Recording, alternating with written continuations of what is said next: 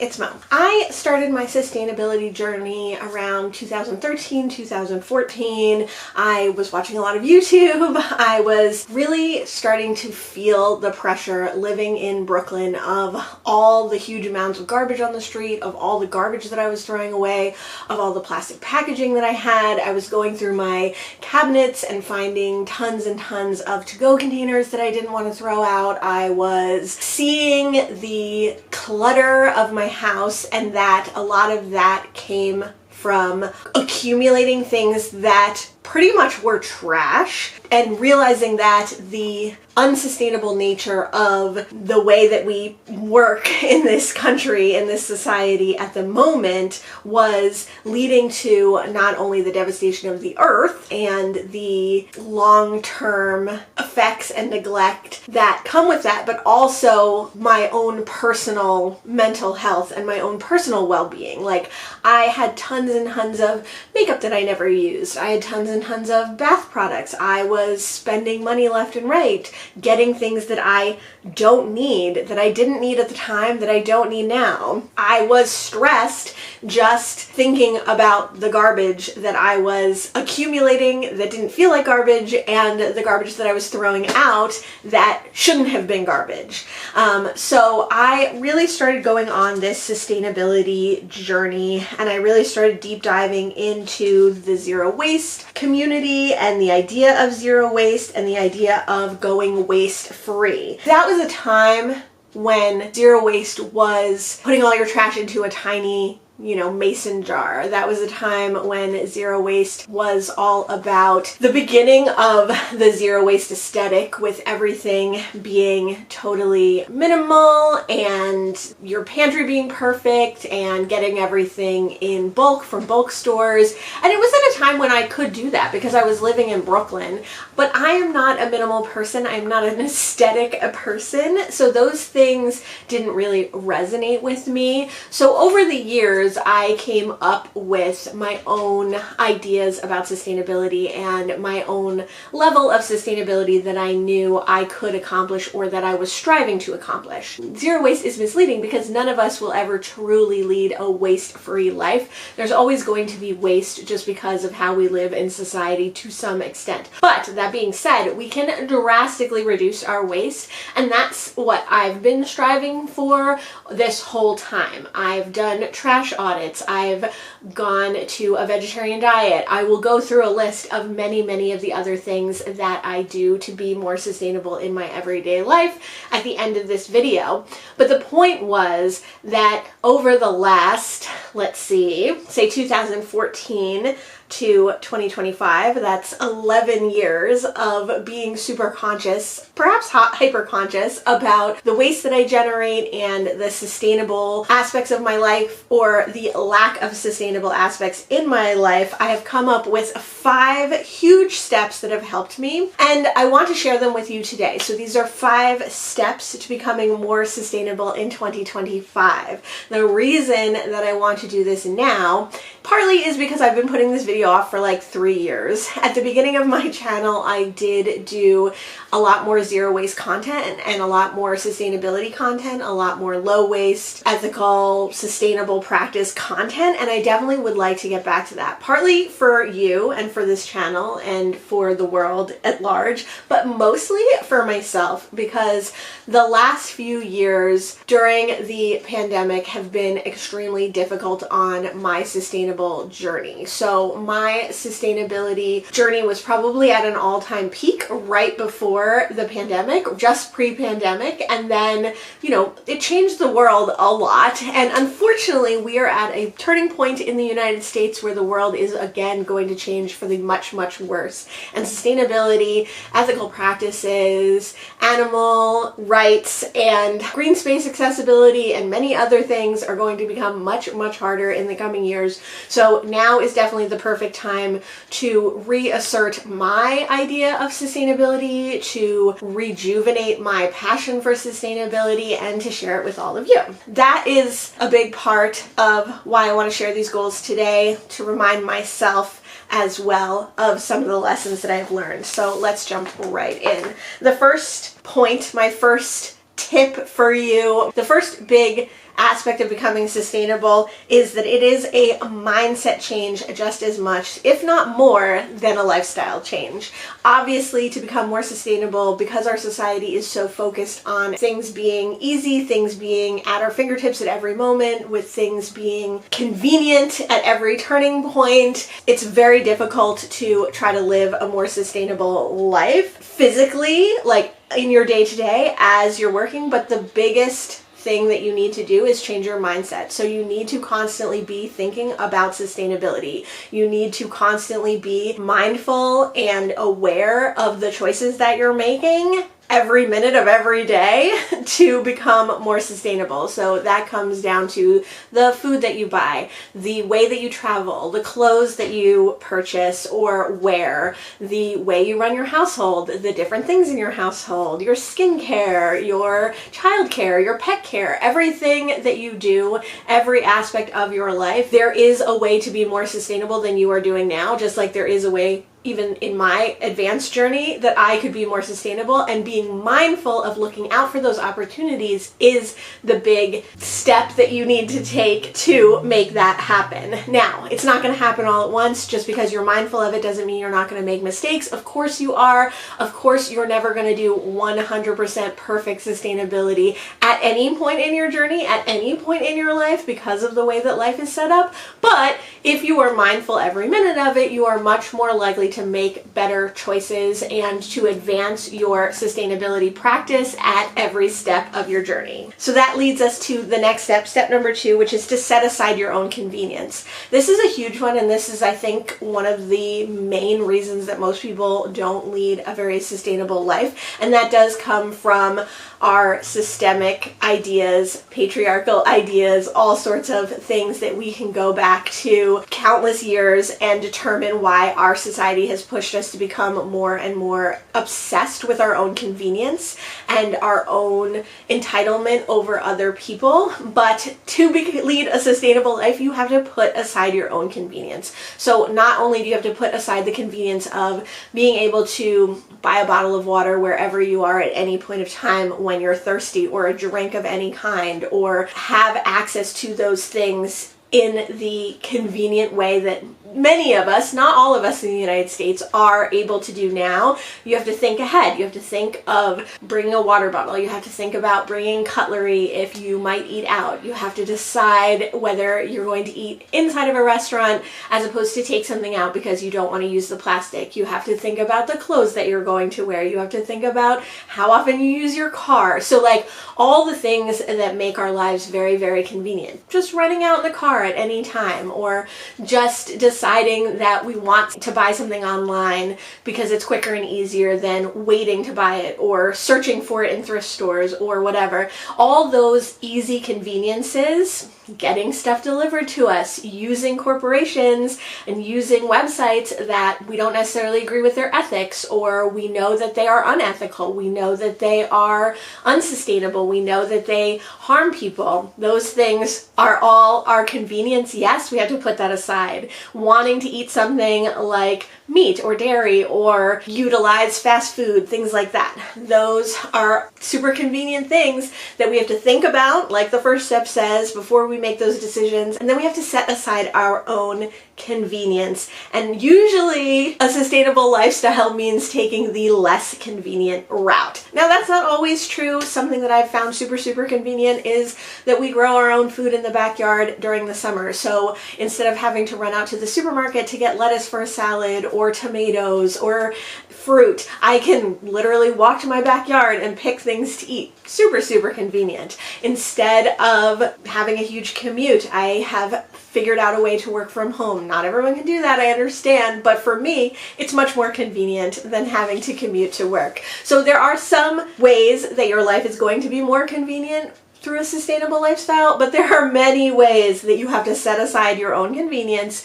to lead a more sustainable lifestyle. And kind of along with this second part is that you have to think about others. It's very important to think about others. If you're thinking about the animals by not eating factory farmed meat, if you're thinking about the farm that hatches your chickens that you're going to eat for dinner and sustaining them, that is also something that's important to your sustainability journey. If you're thinking about the local ethical markets or the people who still use DEI and going to them instead of another place, you're thinking about their well-being as well as your own. So you might be setting aside your convenience, but you're also thinking about others, which is an important aspect of sustainability, because why are we being sustainable if not for the health of our community, our family, our pets, our greater community of our towns and cities, of our world? So that is a big reason to be sustainable as well, and it is definitely a mini step on the way to sustainability. And that takes us to number 3. The third step is to start where you are and do what you can. Now this step is for like everything in life. You can't just jump ahead to be the best at something, right? You have to start where you are and do what you can. You have to start where you are today, start thinking about being sustainable, start making those mindset changes, start setting aside your own convenience. Those are the first steps. Start where you are and do what you can. You might not be able to change your entire lifestyle immediately today, the day you decide to become more sustainable, but you can start making little choices every day, every minute of every day, with every decision that you make, starting from where you are and doing what you can. So maybe you just went to Costco and you bought a huge thing of plastic water bottles, disposable plastic water bottles. You're not going to throw those all out. That just doesn't make any sense. But what you can do is think about that decision next time. Go ahead and drink all those water bottles. Maybe reuse some of those water bottles. Maybe go out thrifting and find a reusable water bottle that you can carry with you.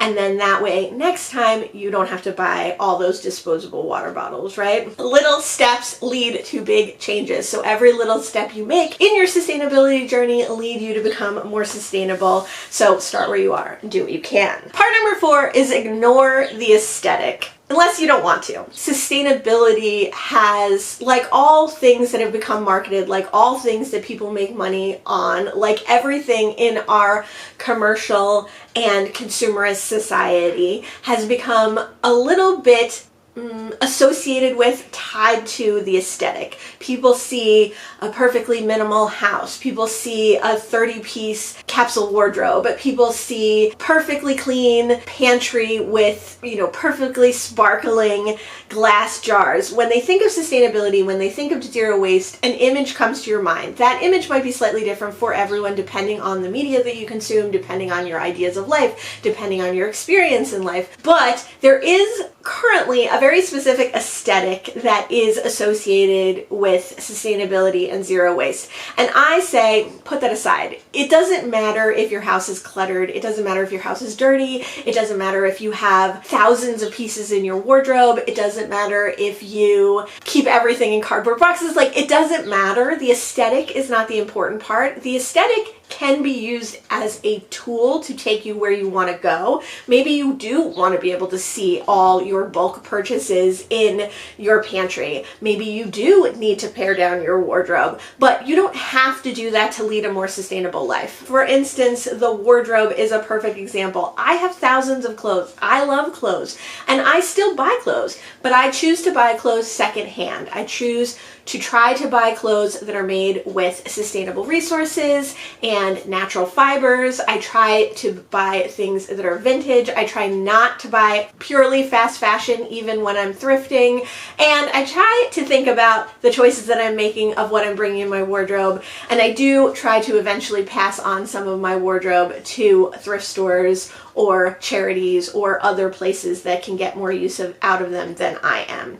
So you don't have to have a 30-piece capsule wardrobe. You can have a 1,000-piece capsule wardrobe. You can have, like me, 1,000 pieces in your wardrobe that you swap out. And you can still shop, but you have to make those conscious decisions. Where are you going to shop? Why are you going to shop? Why are you doing it? And do you really need those items? I do not lead an aesthetic life at all, and something that would trip me up would be that want to show my sustainability in an aesthetic way. But that's just not how I am built, and maybe you're not built that way either. But that being said, maybe the aesthetic is something that inspires you to be more sustainable, and then in that case, you can skip number 4 and you can be as aesthetic as you like. And that brings us to our final point, my last step, my last piece of advice for you if you are trying to lead a more sustainable life in 2025, which is to keep trying, don't give up. It is very easy to not do everything perfectly and say, well, if I can't do it perfectly, I can't do it at all. Or to backslide to buy something in plastic, or to have to be out and be so thirsty that you need to get a disposable plastic bottle or a disposable cup somewhere and say, well, I give up. I didn't do good on sustainability, so I don't need to try. We all make mistakes. We all backslide a little bit. We all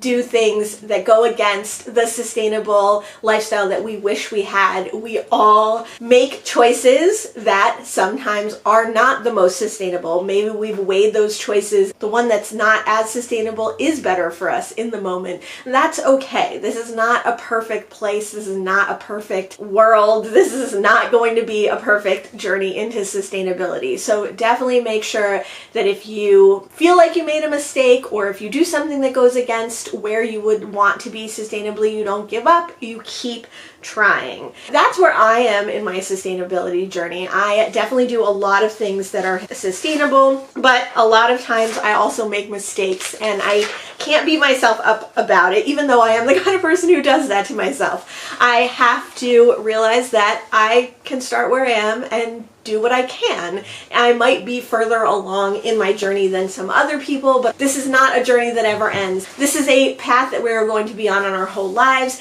and to remember that it's for the betterment of ourselves, it's for the betterment of our society, it's for the betterment of the world. It definitely helps me get back on track and not give up. So those were 5 tips that I have, 5 lessons that I've learned that I would love if you took to heart and used for your own sustainability journey. But let me know if you have other tips and tricks, if you have other ideas, if you have other lessons that you've learned. Definitely let us know in the comments below. And the last thing I wanted to do was just go through some of the things that I do to lead a more sustainable life and to continue on in my sustainability journey. And these are just going to be rapid fire, just a few things. And they're in no particular order. But number 1 is that I eat a vegetarian diet. So we have cut out all meat and fish, and then we even have cut out the majority of dairy. We do eat some dairy, and we do eat eggs occasionally, especially if they're in other things, and we do eat honey, but we try not to eat or use anything where you have to kill an animal to get that thing.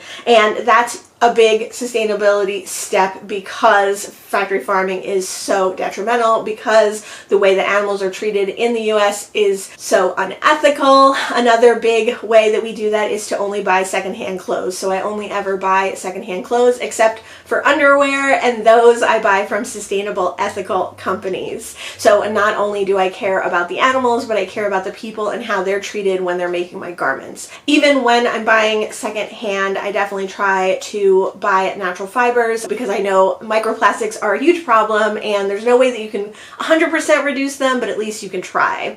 I try to buy from better companies when I can, and not buy fast fashion as often as possible when I'm thrifting. I also thrift all my books. I also thrift my furniture. I also thrift my kitchenware. Anything that I can thrift safely for my family, I will definitely try to do, and you can find pretty much anything at any thrift store. And besides thrift stores, you can also support local places like churches that help people, or women's shelters, or different societies that have good goals that you align with in selling different products. There is an annual yard sale here in Asbury Park where all the proceeds go to cat shelters. So there's many different ways that you can vote with your dollar, that you can spend your dollar and your money wisely while thrifting, while buying secondhand, to not just help yourself, but to help other community members as well. We grow some of our own food. We eat leftovers. We try not to have food waste. We have a compost pile, which helps us grow our own food, but also it just enriches our yard. If you don't want to grow your own food, but you like to garden, or even if you live in an apartment and you want to have some plants in your house, you can compost for them. We try to shop at places for our food, like the local farmers markets, the local farm markets, the local farms, places where they're getting food as local as possible. We also shop at supermarkets that we know support DEI practices or local farms, local growers. We eat at restaurants that we know support local growers. We try to shop locally for everything, sustainably as much as we can. We try to patron and vote with our dollars to support the different businesses that we align with our politics and with their sustainability practices and with their ethical practices. We try not to drive so much. So a lot of times when we're going out, we'll go to multiple places in one drive and try to use the car as little as possible. Both my husband and I happen to be lucky enough that we work from home for the majority of the time, so we don't commute. One of the jobs that I don't work from home for, I walk to work. We don't buy new cars, we buy used cars. So when we do have to purchase a car, we know that we're using something up that someone else didn't want instead of buying new. We only have one car between us, which is a good way to cut down on driving and gas use. We support our neighborhood as much as possible, partly by walking. We limit our plastic. We try to buy as many things in as many different aspects in our life in aluminum or glass. Basically everything in our bathroom is sustainable. We use our local zero waste store and our local bulk markets as much as possible for things like toothpaste tabs or conditioner, which my husband likes. I use bar soap that my friend makes. I use bar shampoo, which is more sustainable and lasts longer than plastic package shampoo. I use apple cider vinegar in a glass bottle for conditioner. My husband has been using up a huge plastic shampoo conditioner combo that someone was going to throw out after he did a photo shoot for the last 3 years instead of buying new, because we would rather use that up, get as much use out of it as possibly can, than see that in landfill. That's another way that you can be sustainable. You have plastic items, don't throw all your plastic items away. Use what you can as long as you can, or use them for different purposes. We use plastic that we've gotten in the garden. We use plastic that we've gotten in our house. We try to use it as much as possible before it has to go into landfill. We do recycle. We recycle plastic bags. We recycle plastic when we have to. We recycle glass. We recycle aluminum. Even though the recycling system in the US is not perfect, we try to utilize it as much as possible. We clean all our recycling before we recycle it so that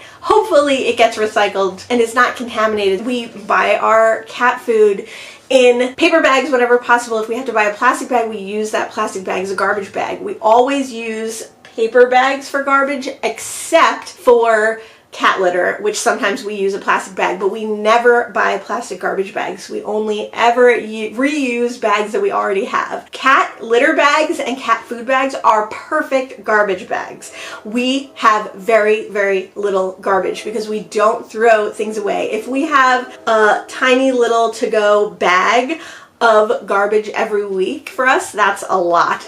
Not including cat litter. Cat litter, what can you do, you know? You could start a cat waste compost, but because we use our compost on our food, we don't want to do that because you shouldn't be using cat waste on your food, edible growing plants. Things we never buy: plastic wrap, aluminum foil, garbage bags, many, many kitchen items. We barely ever buy any skincare or anything like that unless it comes from like a local company. There's so many little things, and when you start adding them all up, they become big things. And when you put that all together to lead a sustainable life, you can be sure that you are reducing your footprint, and you can be sure that you feel good about where you are. Sometimes you want to do more, sure, but you can work towards that. So there's all these little things, and talking about them, sharing your ideas, someone coming to your house and seeing the way you do things might inspire others as well. So it does have a ripple effect, and it can make someone who doesn't even think about it just a little bit more. I hope that was helpful. I hope that my 5 steps, my 5 lessons help you. I hope you think about them. Like I said, let me know if you have other steps and lessons that you've taught. Let me know some of the things that you do in your own life that are sustainable. Oh, and make sure if you have any questions to ask me them in the comments below. Thanks so much for joining me today, and I'll see you in the next one. Bye.